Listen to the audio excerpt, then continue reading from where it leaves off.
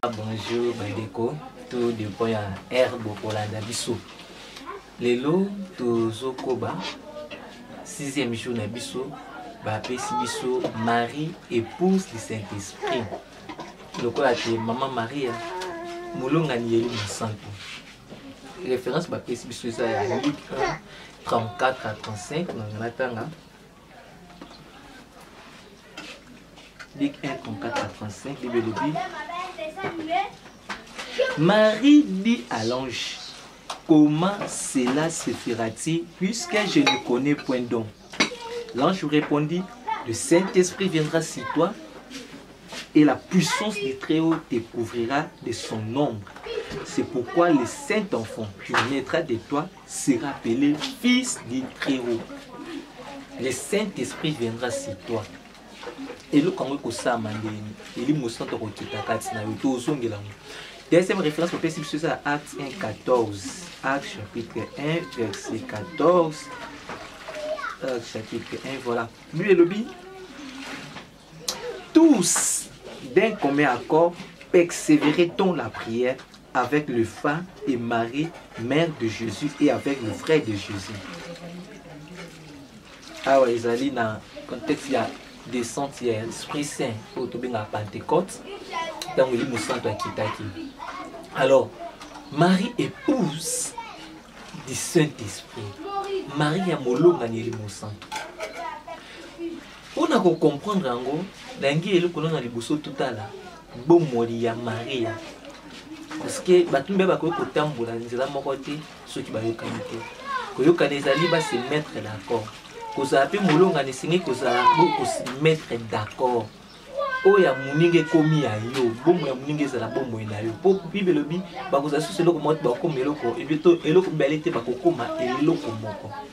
Est-ce que Marie bimisaki bomo yeli mosanto bomo yeli mosanto on a ba fruit na ye les fruits de l'esprit là tous en Galates chapitre 5 verset 22 bazo lobela ba bomo yeli mo eza ebele mais na nto mekano ko dans la ndambo oyo Marie pa meka ki ko la kisana mokili toujours ya liboso la kisaya la pureté déjà dans Luc 1:38 balobi ange ya qui est pas vierge donc Marie a répondu qu'il a critère ou ya pureté elle était pure de l'âme aussi de corps parce que comme on a bomo na mo balinga ki bopeto yango eza ko se manifester na ba apparition na toujours à blanc et tout etc. Azaki mutu moko ya bopeto. Or, est-ce que les mosanto za bopeto singeli les amis? La joie. Est-ce que Marie Azaki mutu ne sengo? Oui. Et c'est d'ailleurs il a communiqué quand tout moment na kati ya vie bana na la joie. Et monani na ba apparition na yenyo surtout. Elle est toujours souriante. Voilà même ba obaza na ba statue. La statuette même, il y a Vierge Marie au Komuna toujours en train de sourire. Il y a ces kaka. Ma message n'est pas ça toujours na kati ya sourire. Même azolo bako na mabenge koma, azolo bango na kandate. Et Sainte Thérèse habita na maladie na sourire ya Vierge Marie. Pendant qu'il y a aussi une image moko ya Vierge Marie, ba statuette kaka, eza ko seka. Et c'est cette sourire qui me ma guérison. C'est-à-dire sourire à maman a communiqué même guérison. Alors pour ça il faut ça la remplir de l'Esprit Saint. Donc la Vierge Marie a répondre à critère de joie. Donc la prière, oui, Marie priait. D'ailleurs elle priait beaucoup parce que pour bien prier, il faut y aller le bazam. Pour la vraie prière, c'est au Sambela selon la parole de Dieu. Donc prier selon la parole de Dieu. Surtout Luc 1 chapitre 46 10 à 55. To tangi yango eza le sambo yo to benga kakatena aujourd'hui de même 1 Samuel chapitre 2 les 10 premiers versets ce que sali était comparatif il y a des malubana okomona keza maluba moko. Donc Marie lorsqu'elle a eu grâce a komisi Nzambe ndenge moko Elisa plutôt Anne tellement azwa ki grâce a komisa ki Nzambe. Donc pour nous que Marie déjà qui parmi les panawit ba o baza pe causer la venir à Messie azaki na kati éducation spirituelle ou ba bot na ana na Joachim ba pesaki yekola iloba Nzambe kotambola na boba Nzambe.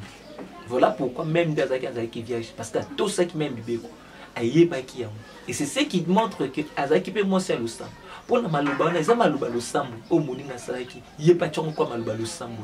Donc Marie priait aussi.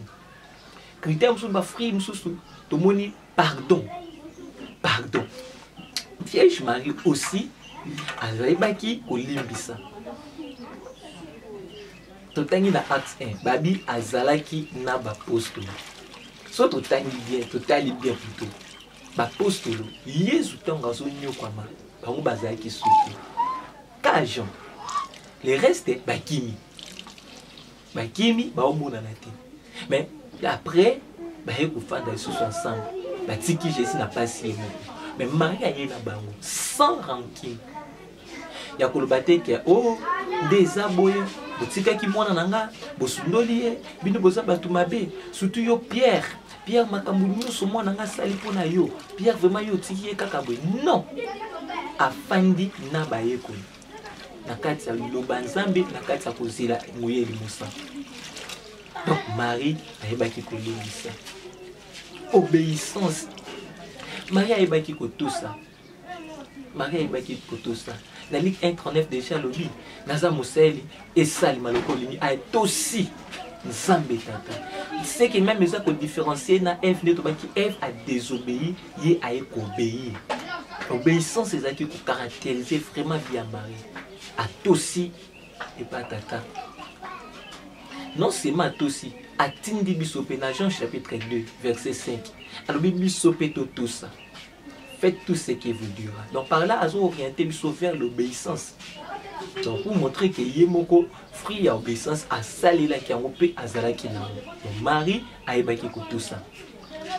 Frère, sous humilité par exemple. Marie a tombé sa mère qui n'a pas de humilité. Humilité n'est pas moins sama. Il y a des bossos, maman m'a continué. Mais babi, tout ce qu'elle voyait, tout ce qu'elle s'abandonnait pour Salima, elle gardait dans son cœur. Azakiti Moutakolak Sabat, le matuvisme, parce que c'est ça, le contraire de l'humilité, c'est l'arrogance, l'orgueil, le matuvisme et tout. Donc, Azaki commis laxité devant Babi. Kolobate qui est les mamans, il y a des batamoutilos, tout ça, les amis sous moi, maman mokonze et tout. Eh, maman mokonze, moi, nanga ça, il était. Moi, nani mon bic ici. Mais, Azaki n'a boumé qui ici. À part cela, au tali sous Yemoko. A sengi miracle na kana. Ba biso to yibeko to tanya mo na Bible na Jean 2. Mais bato yo bazala kitwana ba yibite miracle sama eliti pour wapi. Pour nini Marie a s'effacé. Ba tomboli kaka Jésus. Or si bazo se perd pour na 20 ba meli wana eza na moto asengaki.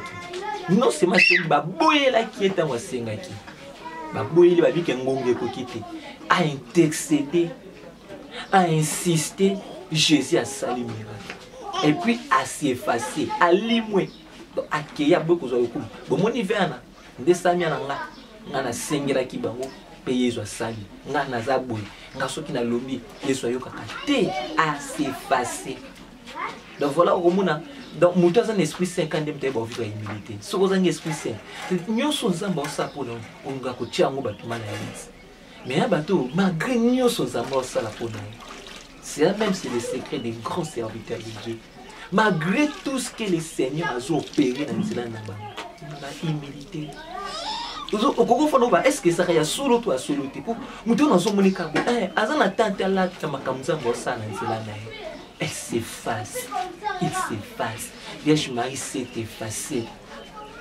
Pour nani parce qu'il y a des katine na ngeli musantu yango lelo ba bi to tombula lokola molonga ngeli musantu to yoki bien texte to tangi anjaye kusura na mari zamba poniyo na nzela na yo apesa mobikisi Marie puni ekosama ndela parce que je suis vierge. Chose impossible aux hommes et que comme possible à un homme. Ambisi ekosalema comme ekosalema voilà elima mokonza okite la yo akobomba na ombre na yo. Donc, vrai père est Jésus appelé Moussan. Donc, Marie Marie, fille de Joachim et Anna, épouse à Joseph, mère de Jésus, dans le Père c'est Saint-Esprit. C'est ça, autre comme biographie à Vierge Marie. Pour nous dire ça, à Boti, na nguya ya Elimo Santo nde to confessa kango na foi na biso na credo na biso aye sikoyo kusangana naye bozo comprendre donc pour mutabota fu basanga Yesu ko sangana Elimo Santo voilà pourquoi on mona de 1 Corinthiens 6 verset 15 le but ceux qui vont mettre basanga ba comme le combo Elimo Santo na Marie ba comme pelo mo eza mystère pesa pour nzamba ligeza la bo mutako boya mwazate yango moni Marie akepa Elisabeth apesi mbote kaka mais Bible ezolo ba devile mesala na mbote ya liboso mwana zaki na kati ya bumaseni aningani batumso bakasi kwa mwana zaki baptême ba welisie comment qu'est-ce qu'on dit baptême antipassivement anticiper baptême na ye en fait j'allais dire azui baptême na kati ya de Dieu. Élisabeth, remplie de l'Esprit Saint, elle prophétisa. Élisabeth a tourné sa mine et a sapé.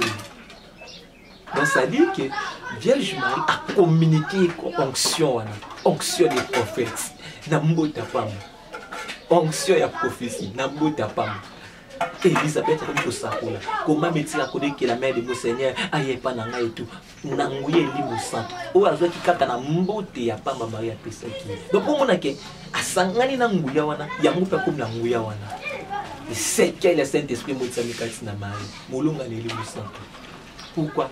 Marie a collaboré avec toute soumission dans l'Esprit Saint pour que l'action Saint-Esprit soit manantela. Voilà yango abenge molonga na Elimo Santo. Il faut quoi appeler les jours à Pentecôte azala ki wana pour azela ensemble na bande konyoso la réveil du Saint-Esprit. Oh yesa zwa ki déjà na incarnation de Jésus, na annonciation. Mais à Yesu ko tombola Yesu koni azala ne bande l'église. On a bandit ça qui église pas mais église ou bandit ça qui déjà pas Jésus na miracle Cana, na mystère de Jésus. C'est la Vierge Marie na bandit ça qui a boti Jésus, a boti pe mystère à Jésus na Cana. Il fait ça peine pour botami Elimo Santo ya qui ne pour na église et botami. Donc voilà le rôle de la Vierge Marie. Donc elle est la première charismatique comme on dit. Pourquoi? Parce que hier il m'a femme qui patine. Donc le autre tombe le coup là Vierge Marie épouse du Saint-Esprit. Molonga na Elimo Santo. Pona ko ba kenanzela na ye bisope. Tolinga ka Vierge Marie mingi. Tozapi na temps fort tout ça ba chapelet. Bana mingi tolinga chapelet nozo yo ka bandeko. Tout ça ba chapelet zo le ka kitoko. Oui, comme ça épée. Ako ko pesa.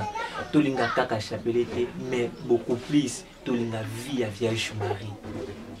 Parce que to ça ba chapelet. Mais ceux qui to mekoli vie à Marie tes a passe. Marie na tangi ba fruit azaki na mo.